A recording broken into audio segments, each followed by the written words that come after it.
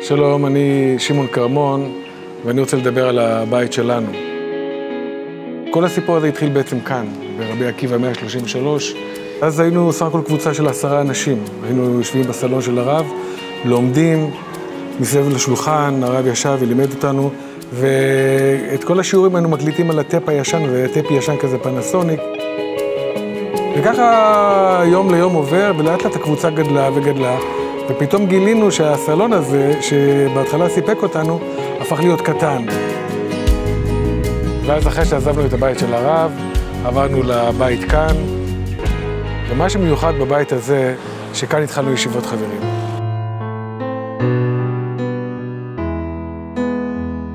ופתאום התחיל להיות גם כאן צפוף.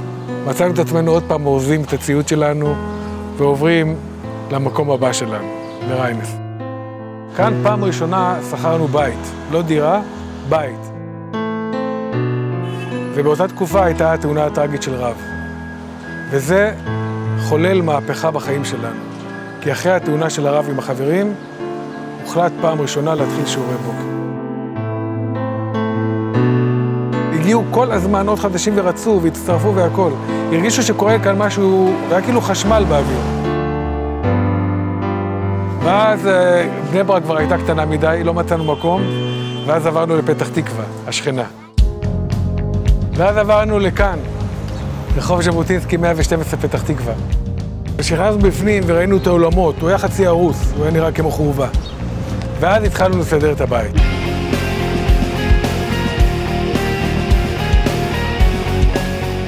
כאן ממש התחיל מפעל ההפצה הכי חשוב בעולם.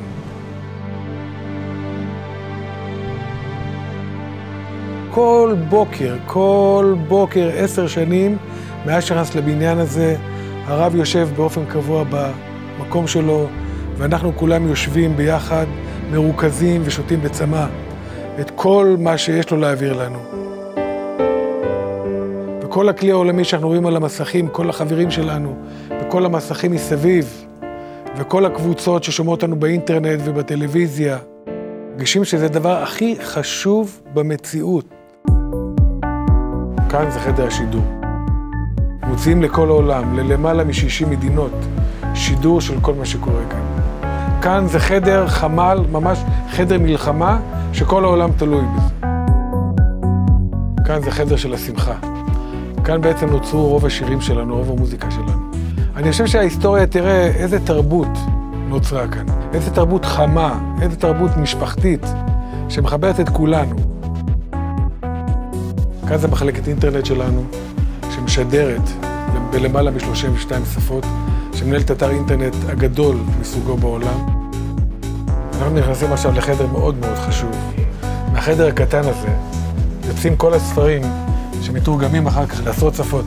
החדר הזה זה אחד היסודות של הארגון שלנו.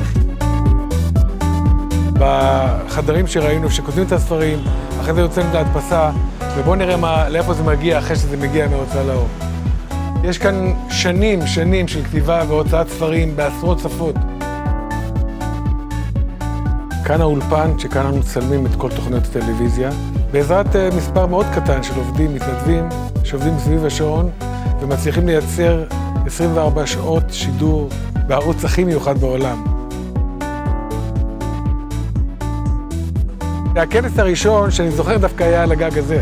החברים שמגיעים לכאן לפני ושותפים להכנות, יודעים איזה הכנות יש לפני כל כנס. וכל זה נעשה כאן, על הגג הזה.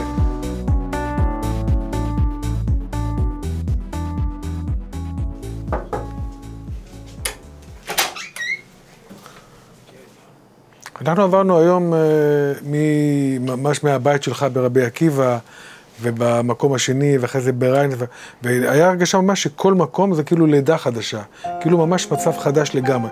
איך אתה רואה באמת את המצב החדש הזה שעוברים לבית חדש, פנימית? אני חושב שהוא ייתן לנו התחדשות גדולה בעבודה שלנו, ושאנחנו נוכל בזה, בהתאם לזה, לנער את כל המערכות שלנו, ובאמת להיות הרבה יותר מועילים לעולם. תצליחו. שנצלם כבר כניסה לבית החדש.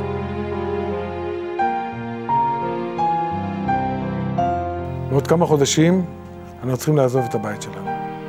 אחרי 16 שנה שעברנו מנכס שכור אחד לשני, יש לה הזדמנות הפעם לקנות, לא להשכיר, לקנות בית שלנו. ואנו מבקשים מכם להיות שותפים שלנו בקנייה של הבית הזה. אני ממש רואה בית שכל אחד מהכלי העולמי יוכל להרגיש שזה הבית שלו, כי אנחנו ביחד נקנה. לא יוכלו להגיד לנו יותר לצאת מהבית הזה, ונוכל לבנות אותו ממש בהתאמה לצרכים שלנו. אני רואה איך באמת כל אחד יוכל לבוא מהכלי העולמי להעביר תקופה מסוימת, ולהרגיש שזה הבית שלו, כי הוא היה שותף לקנייה של הבית הזה. ואנחנו מאוד רוצים שתהיו שותפים שלנו בזה. אנחנו קונים את זה ביחד. יש לנו משימה מאוד מאוד גדולה, יש לנו תפקיד מאוד חשוב, העולם מחכה לזה, ואין לנו זמן. וזאת הזדמנות מאוד מאוד מיוחדת לעשות את זה ביחד. אנחנו מחכים לכם בבית שלנו החדש.